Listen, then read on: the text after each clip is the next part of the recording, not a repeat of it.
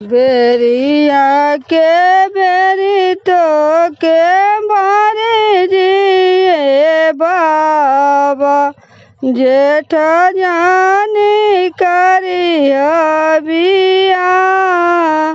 बेरिया के बेरी तो के बारी जी हो चाचा जेठ जानी करिया बिया।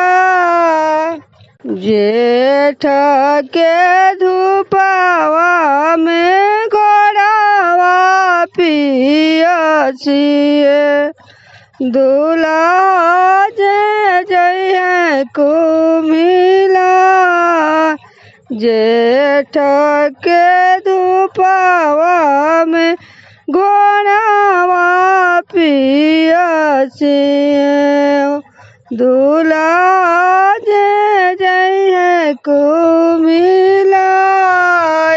जब बरियातिया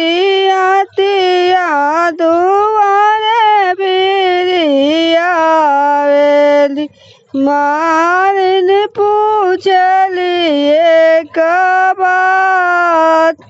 मालिन पूछली एक बात कौन हउए बाबा कौन हउए चाचा कौन हउए भैया तोहार। छोटी छोटी हाथिया सिंगार लियावेली ताही पर बाबा हमार। आगे आगे नाचत गावत आवेल उहे हउए चाचा हमार। नील रंग घोड़ावा सवार लियावेल उहे हउए भैया हमार। मौरी सवारत पूछे सुंदर दूल्हा मालिन से अरज हमार। मौरी सवारत पूछेल सुंदर दूल्हा मालिन से अरज हमार। कौन हई सासू कौन हई सरज कौन हई साली हमार।